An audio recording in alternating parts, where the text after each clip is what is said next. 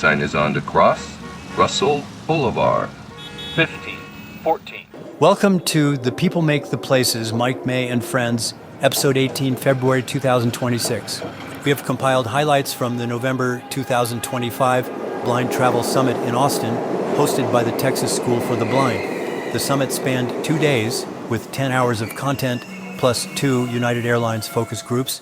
You will hear 40 voices out of the 100 attendees in this 58-minute episode made up of travel industry professionals, worldwide blind travelers, and from rookies as well. It is a wealth of travel stories, tips, and tricks. It was recorded on Zoom, so some of the voices are compromised a bit. This is the second Blind Travel Summit. The first was in San Francisco in 2024. It is now under the auspices of the Blind Travel Foundation. More details and social media content can be found on their site, blindtravel.org, where information about the next travel summit can be found soon. What we can't capture in this online episode is the networking among participants at the hotel, in restaurants, in music venues, and even at the axe throwing event. With no further ado, here is our host to kick things off. Welcome. We are so excited to have you here. My name is Emily Coleman, and I am the superintendent at the Texas School for the Blind and Visually Impaired. We're excited to host the Blind Traveler Summit. We have a lot going on at our school, and one of the things that we absolutely love is sharing our facilities and resources with events like this that empower our students and further the independence of all who are blind. So I am going to turn it over to the people that have actually worked really hard to make this happen, and just want to say thank you again for being here at TSBBI. Mike Walsh, everybody. As I look over this room of blurry people, I am extremely thankful. We are extremely thankful on behalf of the entire Blind Travel Foundation volunteers, our board, includes Mike May. It's just an amazing opportunity to bring you all together. And, over this dream of Mike May is to bring people together, talk about travel, speak with industry. How can we do better? What ideas do we have? First and foremost, welcome to the Blind Travel Summit. Yes, I'm Mike Walsh, the executive director of the Blind Travel Foundation.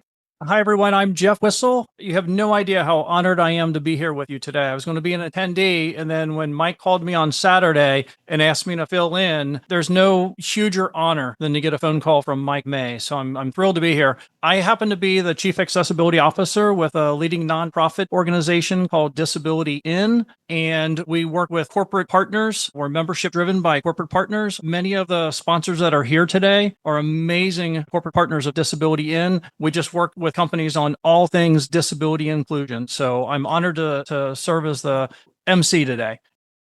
Hi, everyone. My name is Mary Bike Euking. I'm visiting here from Utah, and I was fortunate to be one of the inaugural Blind Travel Foundation grant winners back in 2023. I traveled alongside my teammate and very close friend, Eliana Mason, who you'll hear from later in the event. And we were able to travel through Europe, and we got to spread our favorite sport, goalball, to some of the kids there. So what is visual interpreting? Many of you are familiar with our services, but visual interpreting is when a trained professional can see through your phone camera and can provide assist with navigation, direction, reading, and pretty much any task you think of. Our interpreters have helped with anything from everyday tasks to describing weddings. So it's a really incredible service that for so many people provides just an extra layer of empowerment, of dependence. I have a vision impairment myself. I have albinism, and we all kind of have that experience of often there's we want to do for ourselves and may have some barriers to doing that, whether that's just the visual elements or honestly not wanting to ask people in our lives to support us all the time. We sometimes want one more option for independence, and IRA can do that. Changing your thermostat. I feel like that is one of the best use cases for visual interpreting when you were at the hotel. It is very exciting to have several smart glasses to choose from. Here is one of them. So my name is Kevin Chow. I'm the Chief Visionary and Evangelist at Agiga. I blind at the age of 14, been working in the tech accessibility field for nearly 2 decades, known Mike since I was the age of 16. So I'll go into single press, do a scene description, describe the room and tell me what you see. The room is a conference or meeting space with beige walls and a ceiling with multiple fluorescent lights. There are rows of black chairs arranged facing a front table. On the table, there is a remote control and a sign that reads, quote, "For media assistance, please call X405. The room has several framed pictures on the walls and windows, with shades partially drawn on the right side. Many people are seated, facing forward, including a man with glasses and a beard wearing a light blue polo shirt sitting near the windows on the right. There's a live AI equivalent where you can kind of have it find a restroom, find a trash can, or tell me about a tree overhanging branch or whatever you're interested in specifically finding. Tell you about that as you're interacting and exploring the world. Hello, everyone. My name is Rachel Kamen. I'm on the public affairs team at Waymo and really honored to be here today and share more about our technology, a little bit about the company's history, and of course, accessibility features and where and when you can start riding with Waymo. So to kick things off, a little bit about Waymo. It's an autonomous driving technology company. We've been around for 16 years. We were originally founded in 2009 as the Google self-driving car project and then have evolved tremendously since then. If you're curious what Waymo stands for, it's a question I get quite a bit. It stands for a new way forward in mobility. So Waymo, a new way forward in mobility. We have a simple mission, which is to make roads safer, transportation more accessible, and to be the world's most trusted driver. Unfortunately, every single year, every 26 seconds, someone loses their life to a traffic event. And that's over 1 million people worldwide every year. And this is mostly due to human error. A Waymo vehicle never discriminates. You have an empty vehicle that's there for you, and we welcome all. We welcome guide dogs, service animals. That's what you can expect when you ride with Waymo, a safe, accessible, and reliable experience. Over the past 16 years, we put our technology through the world's longest and toughest ongoing driving test. We've autonomously driven more than 20 million miles on public roads, over 20 billion miles in simulation, and we've driven in over 15 states across the US. If you put all of that together, that's over 1,000 years of a human driving experience that benefits every single vehicle in our fleet. There are LiDARs, radars, and cameras. And so a few highlights, and this is based on over 56 million miles driven, same distance compared to a human driver in the exact same cities. Waymo's had 81% fewer airbag deployment crashes, 79% fewer injury-causing crashes, and 92% fewer crashes with injuries to pedestrian. That surround the vehicle, which allow the vehicle to interpret the world and everything happening around it in real time. The Waymo vehicle can see 360 degrees around itself and up to 3 football fields away. But Waymo's currently serving riders in San Francisco, Los Angeles, Phoenix, Austin, Texas, as you know, and Atlanta. Coming soon, we'll be moving into Miami, DC, Dallas. And with the most recent announcement, we are also going to be going in the new year to San Diego, Detroit, and Las Vegas. I'm going to talk about some of the accessibility features that we have built into the Waymo experience. In our early days, of course, some of these features that we had as, an accessibility feature that you could choose to turn on or off, over time has become part of our universal design, finding that, features that just make rides smoother and safer for absolutely everyone. But to highlight some of the key features that we're really proud of and have been very beneficial to riders is, we have various built-in wayfinding tools to help folks be able to locate their Waymo vehicle and also their destination. And so for locating your Waymo vehicle when it arrives, you have the option to play a melody or a horn honk to help you locate your vehicle. Some people are curious, well, why are there multiple sound options? A melody is a little bit lovelier and a horn honk is much louder. So you can kind of choose your own adventure on that one. And then also there's built into the Waymo app, there is a wayfinding compass, which allows you to find, again, walking directions. In addition to the audio cues, you can get verbal announcements, 50 feet on your right, as well as some haptic updates to help you locate your vehicle and then also your destination. Once you're in the car, you also have the option to turn on assistive in-car audio. So for both audio cues to narrate the main twists and turns of your ride. So heading right on this street, left on that street, yielding to an emergency vehicle, yielding to a pedestrian, etc., to make sure that riders, are in control of their ride and get the update in real time as your ride continues. You also have the option in the app to minimize walking time, which this, again, in urban settings, it can vary a little bit. But what this does is it limits the distance from the vehicle Waymo drop off your destination that you need to travel, and tries as best as possible to get you on the same side of the road as your destination to avoid having to cross the street. Also important to note that the Waymo app is screen reader accessible. So you're able to experience everything through the app with a screen reader. There also are screens in the vehicle as well, but it's really important to us to make sure that folks can use their phones because we all have our own settings, whether it's a larger font, screen reader, etc. You're able to modify and control your whole ride from your cell phone. Hi, everyone. My name is Suzanne. I'm from Airbnb. I have a funny voice, as people have told me. I am from the UK and very excited to be here. My visual description, I have long-ish blonde, fake blonde hair. I'm a full-time wheelchair user, so I am trying my hardest not to run over everyone's toes, including your service animal toes while I'm here. And I'm here with my colleague, Tiffany. Hi, everyone. It's so nice to be here and to meet you all. My name is Tiffany, and I'm on our consumer insights research team at Airbnb, and I work with Suzanne, accessibility. My non-visual description is I am a Black woman, and I'm from Atlanta, but I live in Brooklyn. Yeah. Okay. ATL. Yeah, I love it. And so, yeah, we're just really excited to be here with you all. But just to rewind back to 2007, that was the year that Airbnb was founded. And two of our founders, Joe and Brian, their idea was that basically there was a design conference coming to San Francisco. They couldn't make their rent. And so they bought a couple of airbeds and put them on the floor in their living room and hosted 3 people. So they also gave them breakfast the next morning, hence the name Airbed and Breakfast, which became shortened to Airbnb. And that was the idea. And it's super popular now. It did not take off. It was not a great idea to start with. People were very skeptical. They didn't want strangers in their homes. But eventually it did kind of take off after a few false starts. And now we actually have 8 million Airbnb listings all over the world in over 150,000 cities and towns. So there's a lot of people that use it, and there's a lot of different types of Airbnbs. So there's, your sort of traditional vacation rental. We have things like tents, we have tree houses, we have RVs, we have mansions, we have everything. So whatever kind of stay you're looking for, and this is my favorite thing about Airbnb, is there is something for everyone. And it's super unique, fun homes. It's places that you would never really think would be available to stay in. We have spaceships. There's a giant potato you can stay in. So there really is some very unique places.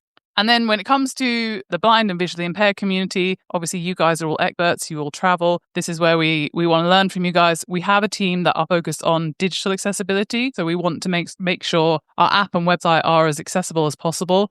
I'm sure there's much more that we can do there, but we do have a team that work hard on this. We have more information about this on our website at airbnb.com/accessibility. And there is actually an email address on there, digital-accessibility@airbnb.com. If you do come across any bugs, any issues, anything that could be better when it comes to the digital accessibility of the app and the website, please do email the team. They love to hear about these things because then they can fix them. Great. Fantastic. Well, yeah. So as I said, I'm Brianna. My name is Brianna Gilmore. I hope that I've had the chance to meet some of you before at different summits or meetings at NFB. I'm really sad that we couldn't be there with you in person in Austin today, but just really excited to have the opportunity to talk to you and proud to sponsor the summit this year. So thanks to Mike Walsh and Mike May for the opportunity and for this great event. I know that several of my colleagues learned a lot from you all last year when they were able to be at the event in San Francisco and just excited to chat with you. We work internally and externally to try to enhance the way that Uber is meeting the needs of our users with disabilities. And so, we partner with organizations, not just like the Blind Travels Foundation, but NFB and ACB, other advocacy organizations, state level organizations, and service organizations across the health and transit spectrum. A couple of things that we did were, first of all, just clear up some of the reporting mechanisms that we have within Uber. So prioritizing the ways that those help nodes are given hierarchy within the app. We also created a distinct phone line separate for service animal users to report suspected cases of discrimination. We also heard from the blind community, there is often some challenge in communicating with drivers who don't speak the same language as you. One of the things that we wanted to ensure that we could do is that, at least through the platform, making sure that there was an auto translation function. So now all of the text messages that you sent to a driver in-app, they are auto-translated into the language spoken by your driver. And so it will feel seamless to you because you'll receive a text back in the language that you have your phone set to. but that's being automatically translated through text. And that was really because of the advocacy of blind community members. Many of you know that we also implemented at the beginning of this year in January, a self-ID feature for users who travel with service animals. They receive a pre-cancel warning, a reminder of our policy, a reminder that they can lose permanent access to the app if they deny the ride, and asks them if they still want to go ahead and cancel that trip. Also really compelling, I think, for blind users is an option that we call Simple Mode, which can also be accessed through the new accessibility profile in your app. And Simple Mode is really just a stripped down version of the app. Importantly, it removes a lot of advertisements from the app, but also a lot of non-essential features and some of the images that can cause barriers for screen reader users. Gene Parker.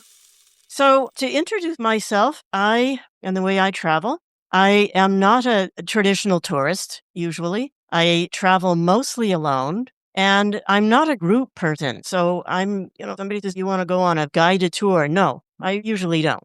I am a recovering journalist. I covered social development and human rights from various locations throughout the world. I have been mostly an independent journalist. I've worked for a number of radio outlets, and I was based in India for 15 years, including 5 years reporting the headlines from South Asia for National Public Radio. I've been really fortunate to have been able to visit many places where people don't get go. And of course, some of these are places where most people don't want to go. In my work as a journalist and then later as a doctoral researcher, I've studied resilience, and my work has taken me to very complex and difficult field environments. These have presented many tests for me, both as a researcher, a reporter, and also a blind person. During this process, I began to understand that, yes, I was studying this external resilience, but I was also beginning to understand a parallel internal discovery of my own resilience as a blind person as I carried out work. So I have reflected deeply on it and the intersection of resilience and disability. So I think we could all agree that travel has become increasingly complex of late, and therefore resilience is more essential than ever now. Some say that blind people who travel, especially if they travel alone, that it is a fundamental act of resistance. Disability is an asset that invites us to engage in creativity and resourcefulness to do life, but it is up to us to decide whether we accept that invitation. A resilient lifestyle can be defined as a way of living that emphasizes adaptability, emotional strength, and proactive well-being to absorb the inevitable internal and external shocks. It cultivates habits, mindset, and support systems so we are adaptable in adversity and vibrant in calm. And it's rooted in well-being, justice, and sustainable living. And so I developed a list of some of the attributes that find themselves at the intersection of resilience, blindness, and travel. And then we're going to all come up with more as we discuss further.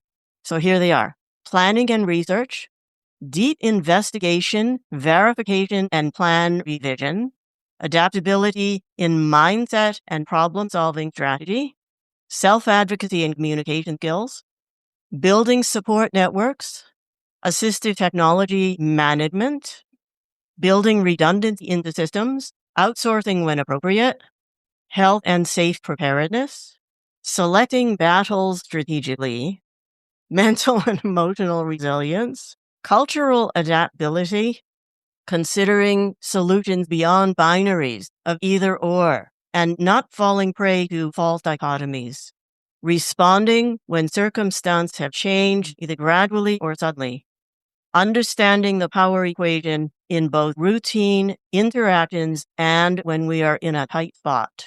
And finally, understanding reality's capacity, and this includes time, our capacity, and the capacity of systems we are navigating. Hi, everybody. I'm Orly, and beside me on the floor is my faithful canine partner, Sophia.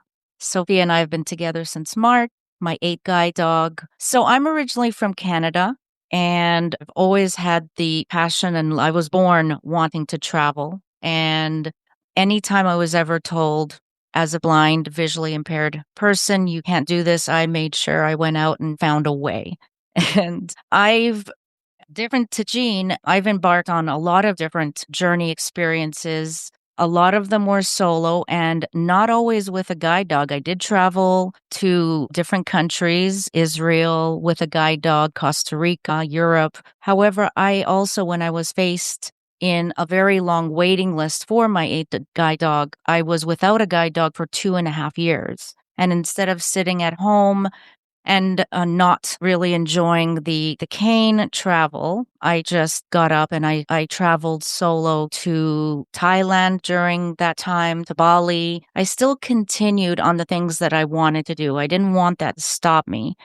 So my travel experiences, you could easily find me on a beach with a nice cocktail, a nice umbrella sticking out of it, or you could find me climbing a mountain, as I did almost 4 years ago. I climbed Kilimanjaro, and that was a very big thank you. That was a huge undertaking and one that definitely you need to prepare for. I've been on a healing journey through travel since 2011. And since our talk is very short, all I'll say is that with Kilimanjaro being such a huge, not just undertaking, a huge goal that has so many positive moments and many, many challenges to face along the way up. What I found is if it's through adventure travel or retreats that I would go to in different countries for health, for mindfulness, for mind and body healing, I bring everything, even the adventure, into my daily life. That's helped me with resilience. That's helped me figure out how to handle challenging situations and learn and grow. A lot of it was healing, not just mind and body, but self-development and growth as a blind individual, and how I handle life day to day. And I've done that in different ways since 2011. Hi, this is Marisol again. The first thing that I'm sure I have plenty of examples that can relate to what you're saying, but the first one that comes to mind was one where I was solo traveling in Europe. And I was already of the mindset that this is going to be an adventure. I was out there for 3 months. I mostly connected with other solo women travelers, but for the ultimate challenge, I decided once we left Venice, I'm going to take a train to Florence, Italy, and I'm going to spend a day and a half there by myself. When I got to Florence, I've never been there before, I learned that there's no Uber. You have to call a taxi, but you just can't flag it down or wave it down like you would in New York City. You have to actually call it on the phone. So you got to speak Italian. I hopped on a local bus and walked through a street with no sidewalks to get to this local bus, to get to this pedestrian area where there are lots of shops and restaurants. I thought, all right, when I get to that area, I'm going to use Ira. And then I get to that area and I have no signal. So one of the things that I mentioned is this idea of support networks, and those can happen. They come from out of nowhere, really, and they happen and they occur and they just do. So I think it's also this idea of remaining optimistic that things will work, and also figuring out what to do if they don't, because sometimes they don't, but usually they do. The spontaneous support network. So one of the things that I mentioned is this idea of support networks, and those can happen. They come from out of nowhere, really, and they happen and they occur and they just do. So I think it's also this idea of remaining optimistic that things will work, and also figuring out what to do if they don't, because sometimes they don't, but usually they do. Hi, Anthony here. So a couple of years ago, my partner is from Honduras, and we spent 2 weeks every Christmas down there with the parents. And one of the things that I wanted to do was I wanted to experience a pyramid climb and the hot springs. Honduras is not known for being hospitable for guide dogs. So, I had a cane with me and, prearranged ride. My partner was doing something else with his father for the day, and I decided I was going to do it on my own. I've traveled a lot and I'm pretty confident. And I was in the spring with, you can get about 8 or 9, 10 people, in a spring, and with enough room to kind of feel like you're there by yourself. And since I'm blind, I definitely felt like I was there by myself. And someone took my cane. Yeah. So si habla poquito, enough to get by, but I lost it for about 5 minutes. I tears were rolling down my face. I wasn't sobbing or anything, but tears were rolling. Like, how am I going to do this? And I asked somebody to help me find a branch, a tree branch, and I used the stick for 4.5 hours. I can relate to your story about your idea of internal scenarios. When I was reporting in the countryside, especially, I had to make sure that I had every cable, every plug, every screwdriver for every oddball thing that I might need. And so it's that internal inventory that talked about that's so important. So I'm curious, who has this happen and what do you do about it? What's your strategy for managing when, there's no IRA, right? No cell service, everything finished. So here you are. This is Monica speaking. When my sister and I were hiking as part of our grant project that we won through Blind Travel Foundation, we learned that a lot of parks don't have reliable cell service, and more reason being because we're millennials and less because of my lack of vision, we relied a lot on Google Maps to navigate around. And so when on the trails, luckily I did enough pre-research and memorized all of the maps and all of the trails prior to going on these trips. So I had kind of an idea of what the trail should be, but because the map because I didn't download them all prior to the trip, when we were in Sedona, we kind of got off trail a little bit, and my sister kept saying, "Oh, I think we go this way. I think we go this way," to get back to the car, and neither of our phones were working. And I kind of said, "No, wait, hold on." And I looked up and said, "The sun is here, which means that this is west. And I know that our car is parked here, which is south. So I think we actually need to go this way." And so the long story short version to answer your question is I use the sun in the sky as my no technology solution. Oh, I love that. Well done. I know you've inspired me in regard to, I still have some vision to lose. I'm 58 with RP, and it wasn't until I was 48 that I found my inner voice with embracing vision loss. And it's something I have to teach myself each and every day. And listening to all these amazing stories, and I find myself knowing that I still somewhat limit my comfort zone. And piggyback on what you two were saying, life begins at the end of our comfort zone. So I try to live my life that way, but I have to remind myself every day of. Hi, everyone. I'm Mike Borzano. I am from New York in the Bronx, currently living there. I'm also totally blind and hard of hearing. I'm a cochlear implant user. And sort of my interest in AI, I've always been somebody who really loved trying out new technology and always been a tech guy. I'm a software engineer and just really been interested in this AI stuff that's been coming out. I remember the first time I used ChatGPT and I was like, this is really going to be a game changer. And, even in my job, I've been using a lot of AI because I've really been encouraged to figure out how to incorporate AI into our jobs and make it more productive. And I travel a lot. I travel, often on my own. I think I'm going to hit 30 flights this year. I mostly travel domestically, both for work and for pleasure, but I've done some international trips as well. I've traveled to Europe, Germany, Italy, the UK, Ireland, Canada, a bunch of places. I'm a guide dog user. Yeah, and kind of just to share a little bit about how I use AI. So, when we talk about AI, it can mean a lot of things, right? So, of course, we've had certain apps that have been around for quite a while that could be considered AI, like, seeing AI, OCR type apps. But mostly when you hear AI today, people are thinking about what we call large language models. So, ChatGPT and similar services like Gemini. And then, of course, all these things are now on glasses, got the Meta glasses. We've got the Echo Vision glasses that we've heard about earlier, which are coming out very soon. And, with those, you're getting live AI type thing where it's describing what's happening around you, live. And I think for me, since part of the title of this presentation talk about airports, I share a little bit about how I do airports. I'm obviously this is personal preference, but I am someone who likes to do airports completely independently.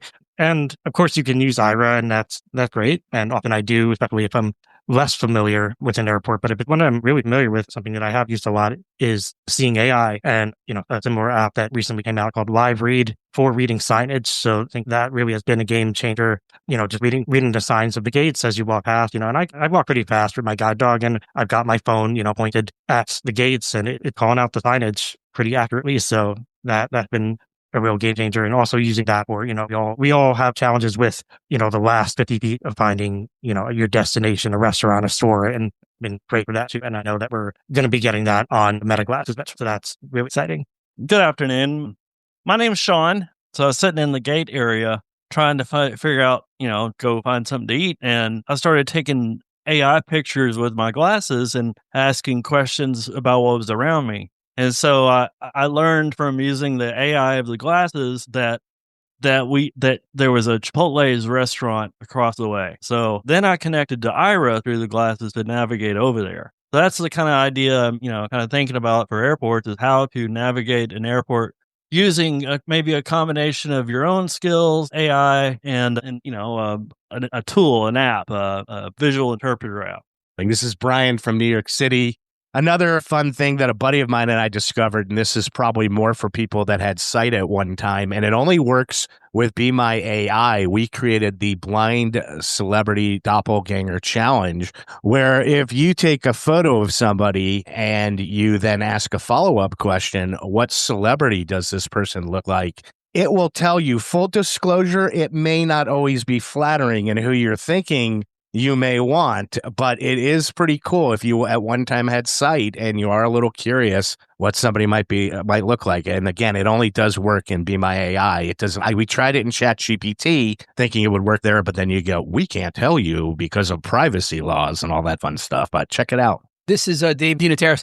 I just wanted to piggyback on this, and many of you may have already figured this out already. Using the Meta glasses, I can't speak to the other one just because I've never played with them. But if you're using the Meta glasses, if you cup your hand over your ear, it really does amplify it. My name is Scott. I live in Guatemala, and just a quick note about the at least the Meta glasses, which I have a pair.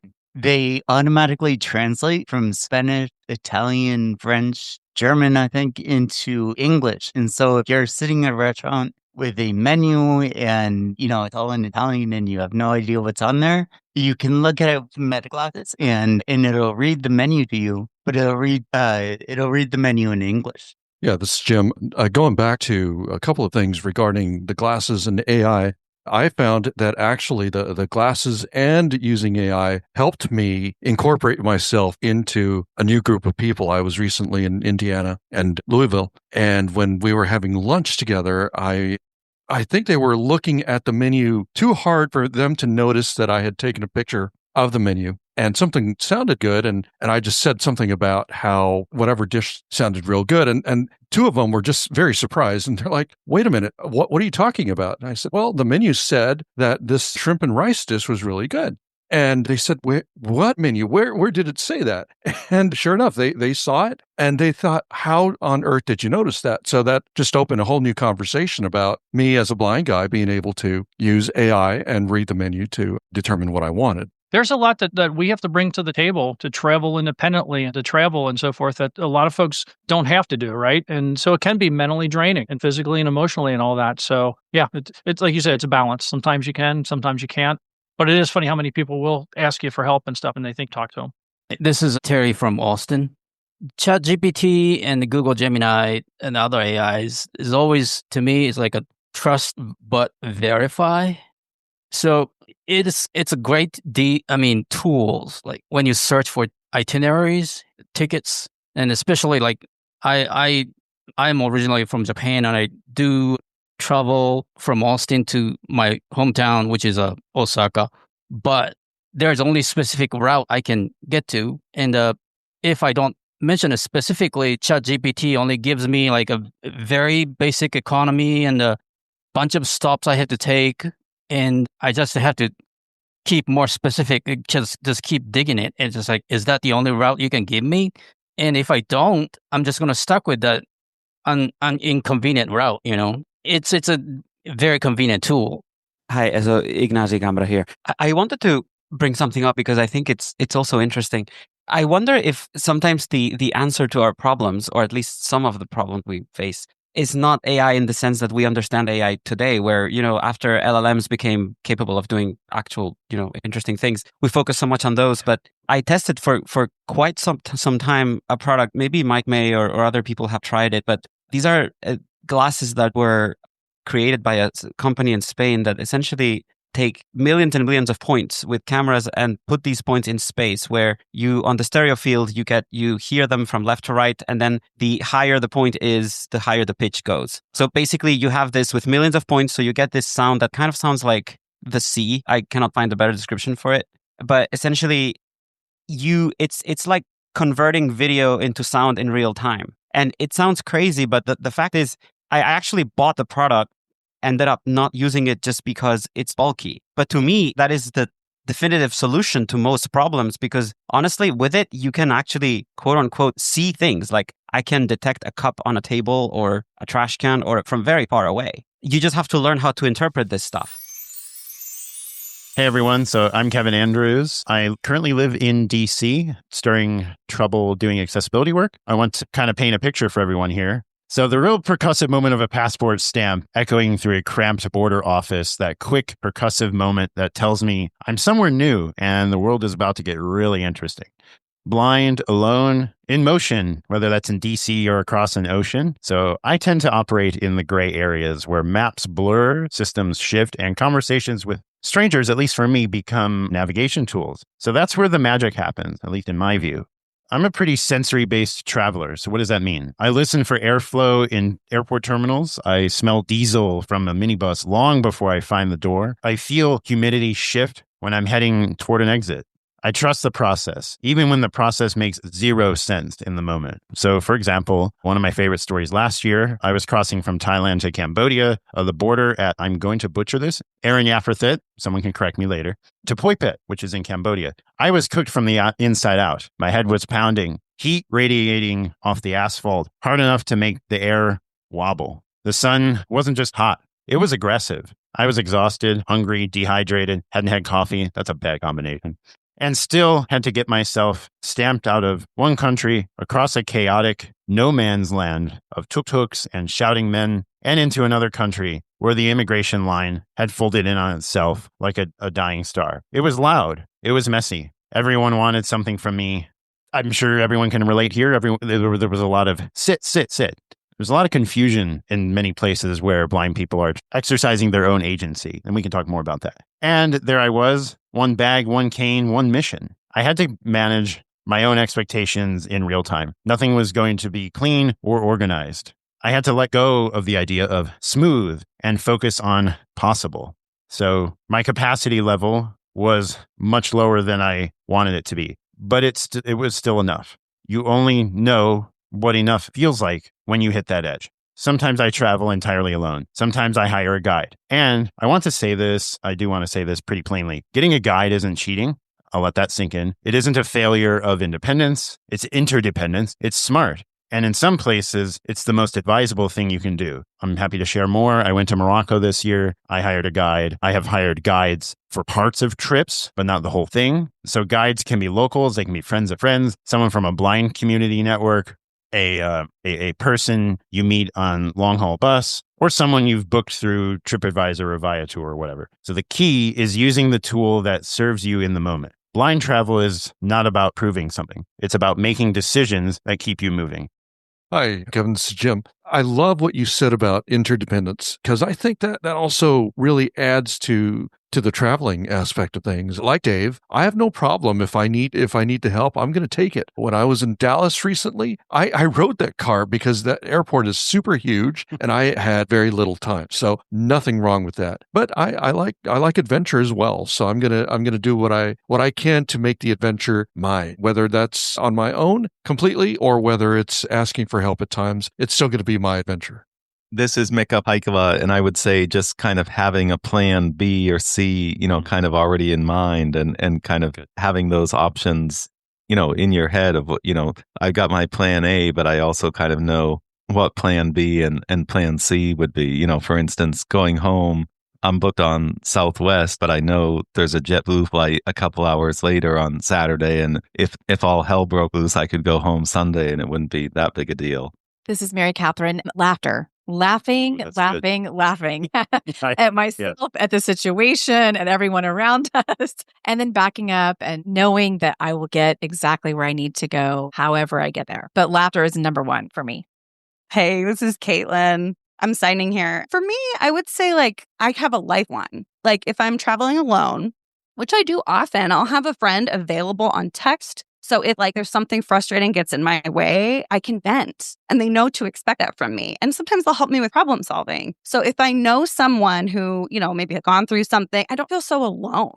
And once in a while I get starving, frustrated. Like for example, yesterday, someone asked, like, do you want me to DoorDash you a margarita and tacos? And I was like, yes, thank you. That's the team I have, my backup. And it made my day so much better. So it's like a lifeline to set up for that situation.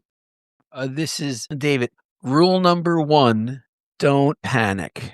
Rule number 1, don't panic, right? So sometimes you just got to stop and pause like Jeff did before, take a deep breath and listen. If you could turn frustration into fascination, that's good, right? Okay. And then the 4 reasons that I find that like I get like feeling off, I'll ask myself is, am I hungry? Am I angry? Am I lonely? Am I tired? Usually those are one of the 4 reasons I'm off. And if I could figure that out, it just help me, center myself. Okay, how am I feeling right now? And then being able to move forward. That's what I like to do is don't panic, and then just pay attention to your surroundings, like Kevin said. This is Yolanda Shaw, and I love what everyone has said. I'm like, oh my gosh, I gotta like ingrain this in my own memory. But just reflecting, what has helped me, and I'm still on my journey of tempering my expectations when I travel, is to think of future me and what is future me gonna need, and like planning. Like I swear, I feel like a Mary Poppins bag of all the things. Like from not just the electronic things, but like food. I have my water. Okay, that shaves off that 20 minutes trying to go find water. Kleenex and just more and more things of what I'm going to possibly need, cords. And that has helped me in that moment, like meet my basic needs. So I don't have to go like stress more to go find my basic needs being met. Like I can always have at least some food or some type of hydration with me. And then a plan C. I try to do as much pre-planning in my safe space at home before we leave. Like I leave anywhere. So if I need to learn a few key phrases and words to wherever we're traveling to help get me by, or at least, somewhat broken in the, language, that has helped me I try to do as much preparing before embarking because that will help my bandwidth before I melt down. But I still have meltdowns too. Yeah, this is Lindsay. I think for me, like I'm one of those people, like I sort of have the opposite like when I travel, my disposition is that I tend to like not often have a lot of plans and go with the flow, and that kind of helps me to manage my expectations. And I think sort of as I'm like navigating unfamiliar situations, as I'm navigating, whether it's going through the airport or just, an unfamiliar train station or area, I think it's just kind of that knowledge I have that this is my journey, and this is like, I don't know, I don't have to know everything. Hi, this is Pat Pound from Austin, and I try to look for the beauty in the particular area. Bird sound, smells, anything that you can find there. Kindness of people, children. And then I just kind of concentrate on that beauty. And that's the most relaxing thing I found that I can do once, because it somehow it attaches it to the space. And it's almost like it makes it available to me when I focus on it. And that's my first habit. Hey, this is Scott, and in my travel, well, 2 answers. One is that if I'm traveling by myself, I let myself enjoy the little wins along the way. Hi, I'm Jessica Glazebrook with Physical Rehabilitation. Oh, hey, Jess. When I'm not traveling, I'm one of those scared of her own shadow types. I'm someone who's like, there's obviously going to be a problem and we need 8 contingency plans, and those contingency plans will fail and the sky is falling. I'm Chicken Little until I'm traveling. So it's really important when I am traveling to check those Chicken Little feelings. If it's a catastrophe in my head, it's not a catastrophe in real life. If my instincts start to signal big flags like always or never, then I know to check that. You always get lost. No, you don't. You're in a completely foreign country and you don't speak French. So I'm Daniel, and I am a client journey coordinator here at Seeable. What that essentially means is from that very first moment that you pick up the phone or drop us an email, I will be your first point of contact right the way through until hopefully I'm giving you a call to ask you if you'd be so kind as to write us a review on how fabulous your holiday was. So essentially, I'm here to help you in any way, shape or form through your process with Seeable Holidays. And that can be from helping you with booking forms, medical documents, to helping you arrange flights, to taking feedback. I'm here to support you through your whole journey. My name is Lucy, and I'm the client journey specialist here at Seeable Holidays. I have over 5 years of experience in business development here at Seable, and I feel a deep and personal and professional passion for accessible travel. All right, I'm Eric Lipp from Open Doors Organization in Chicago. I'm going to introduce the United session here. I think the most exciting thing, I'm also an advisory board member for United Airlines. So is Pat Pound, who is here. I mean, we both sat on the board since inception with Continental Airlines. And one of the best things about being here with United is that this is kind of going to be a working session. You never get to United without doing some work. They don't want to, yeah. So you're going to be able to actually get things done right here. We're going to make changes today, right? And that's what's really important to me. I think it's great. And they're here. There's a whole group of them here. But having the airline here, I think says a lot about the carrier, what they believe in, and how we should trust that they're trying to learn. And that's great. So thank you, United. Yeah, very much. So the first question we want to put out there is, this is all in contact air travel. What would you like to see in the next 5 years when it comes to accessibility or what the airlines can provide the blind and the visually impaired? Sometimes the assistance can be really helpful. Sometimes we don't want to use it. Kevin, so you are correct. There is a third-party vendor involved in there. The training is required under the Air Carrier Access Act. It's the airline's responsibility to make sure that that training is in line with what the airline expects and all the, they all have a lot of key performance indicators in those contracts and stuff. But you're not wrong. They are definitely, it's a mixed bag of what you're going to get. And mostly that because there's a lot of different companies doing it throughout country. In one airport, there might be 5 third-party vendors, giving assistance. We also are in a big push, and United really into it. Pat's pushing really hard for United and to make sure that their vendors don't show up with a wheelchair for someone who's blind or has low vision. Yeah, we're working on that. United responding to Mike May's question about autonomous wheelchairs and carts in airports. This is Michelle. So we're currently evaluating several vendors or several companies that work in autonomous space. One of them is Will, and we're actually looking at exploring a pilot at our San Francisco hub. So potentially seeing, what are the limitations there, understanding that we will probably be starting at security beginning and then still having some business partner support there, but seeing how can we, create a more autonomous journey for everyone. So definitely trying to see what kind of technology is out there and how can we, explore that. I think we'll see a place for autonomy in the airport eventually. I think we're working towards it. Hi, this is Eric Brinkman. Hello, Eric. When I get off the plane, I will a lot of times, of course, be given a meet and assist, which I may or may not want. Usually I just want some information. I don't really need somebody to escort me all the way out to the airport or to my connection. So if the AI could tell me where I am when I get out of the airport and where other stuff is in the airport, that would be perfect. Where the ground transportation is, where set connection is, where baggage claim is, so that then a meet and assist of any kind wouldn't be necessary. Comment from Parissa, mom of 2 blind young adults. Hi, my name is Parissa. I'm so grateful that we're having this conversation because I think it's imperative. I'm a mom, and we recently just traveled cross country with 3 blind, adult children, teens and older. And we had asked for special assistance and we got off the plane. To me, it was hilarious because there was 3 people standing there waiting for us. They had iPads with the kid name written on them that they couldn't see and wheelchairs. So this conversation definitely needs to happen. All right. My name is Tim Shaw. I work for Texas Workforce Commission. I am in management with our vocational rehab program. I'm overall our assistive technology for the state, as well as a team of psychologists do vocational evaluation. So I travel quite a bit for work, mostly around the state. Once a year, I'm lucky enough to go to California for CSUN, which is always really awesome.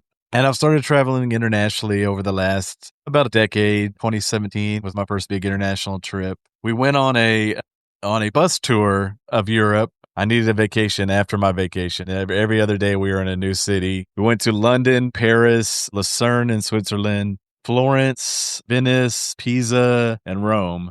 Yeah, it was an intense trip. It was amazing. Yes, a lot of great pizza, spaghetti. I couldn't eat Italian food for 2 or 3 years after I came back because it is just not the same here.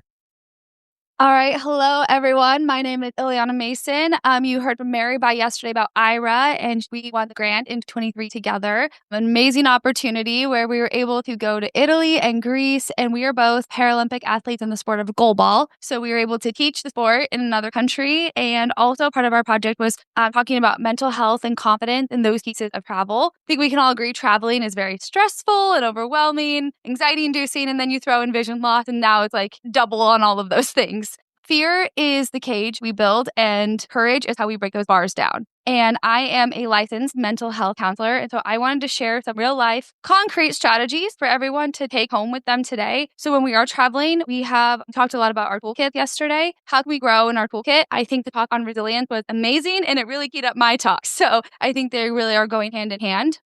When we are traveling and we're in a situation that it creates a heightened amount of fear or anxiety, sense of feeling stressed or overwhelmed, there's a couple things going on with our body. You have the physical responses and you have like cognitive, emotional, mental piece. And we have to calm our bodies down before we can kind of think, how can I fix a situation? If our body is not calm, our brain will not be calm. You can't think yourself out of anxiety, right? And so it was alluded to a bit yesterday, but the first thing we have to do is breathe. Some people think that's like an overrated skill, but I promise you, as a therapist, it is the best thing we can do for ourselves. If you can slow your heart rate down, that will tell your body, I am safe, I am good, and I can now figure out what I need to do in the situation. One trick I use with kids, but I think it's really applicable for adults too, is the metaphor of you have to smell the cupcake and blow out the candle. When we're practicing breathing, if we're kind of breathing in and out through our mouth, we're actually ourselves more anxious. So I want everyone with me, a big inhale through your nose and then big out your mouth.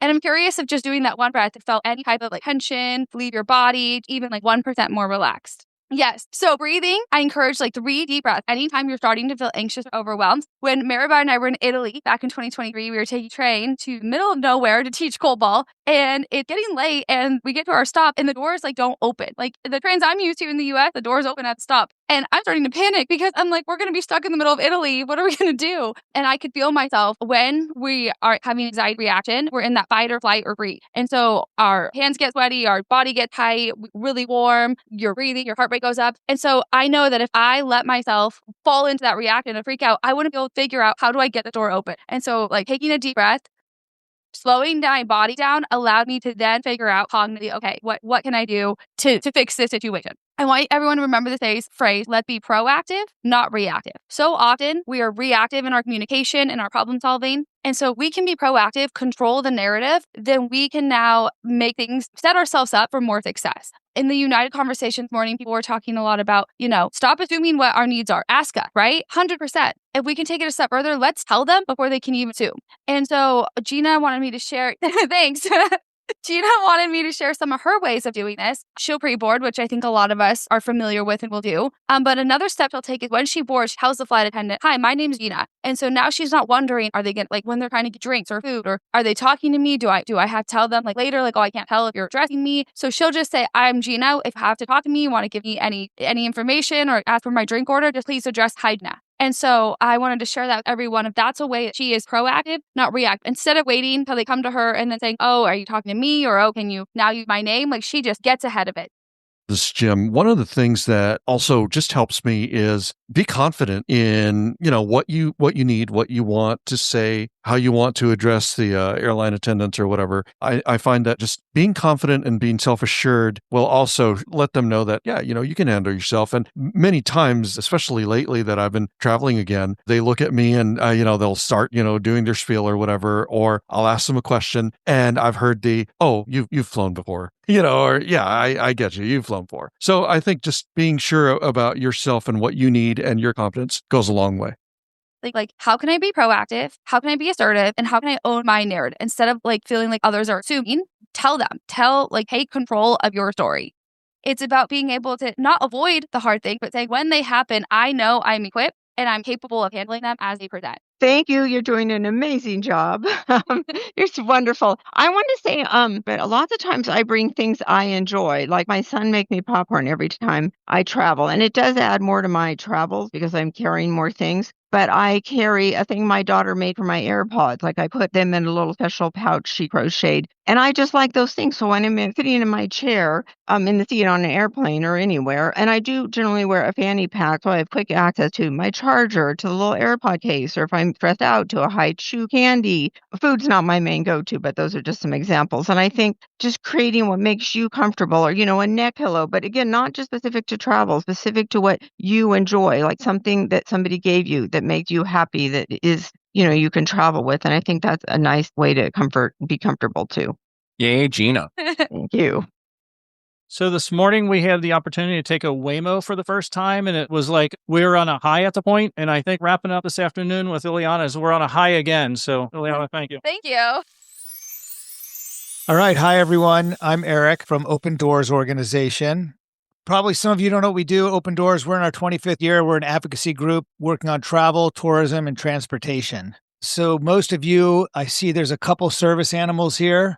I don't know if you've been able to interact with our system for filling out paperwork, but if you fly on Alaska, JetBlue, Allegiant, or Sun Country, or British Airways, you're going to be filling out paperwork that we put into place. So if you have a properly trained service animal, then you used to not to have to bring any paperwork or anything, right? You just show up at the airport. Well, now, one time you have to fill it out. Just fill it out one time, and once it goes through, you never have to fill it out again. So that's kind of our main program that we do for people who are blind or low vision, but we do stuff. We represent about 60 carriers globally, so if you have anything about airlines you want to talk about, you can ask me. We talked earlier a lot about the wheelchair service providers. We work with all of them, and I do promise you that in the next 2 or 3 years at events like this, when United shows up and everybody and Open Doors here, we're going to push to have it. I promise you guys, we're going to stop having wheelchairs brought to you when you fly. That I really hope.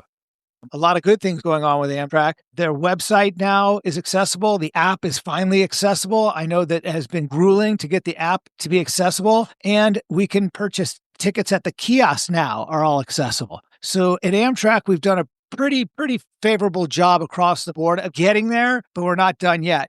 At every single checkpoint, there's a person called a PSS, Passenger Service Specialist, who has volunteered to be trained on accessibility. So if you're at the gate, if you're at that area and something's going wrong and you feel like you're being discriminated against, you can ask for the PSS. Now, one of the good things for those of us who are sighted is that now the PSSs, they have an armband that's yellow, so we can actually see them. Hey, I'm Jeremy. What's your name? Mary Catherine, listen, before we go through this whole TSA process, I'd like to tell you how I'd like to do it. I'm going to do this with the dog. Is that okay with you? Well, how can we make that work for you? Right.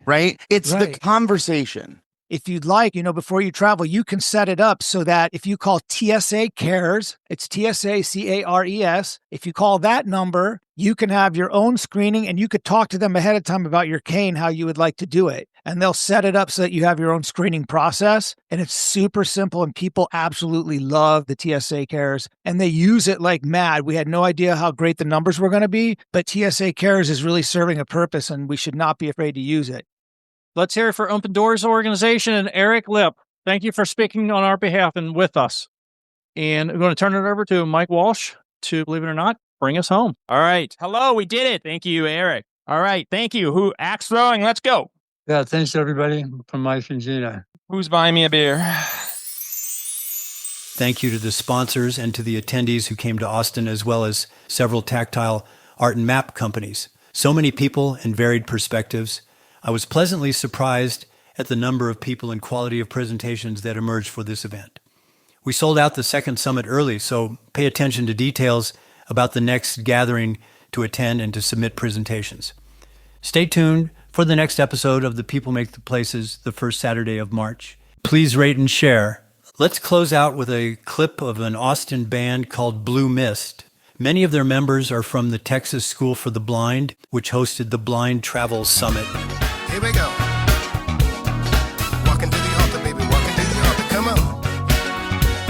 Oh. Check it out. Close call, close call. Girl, the writing's on the wall.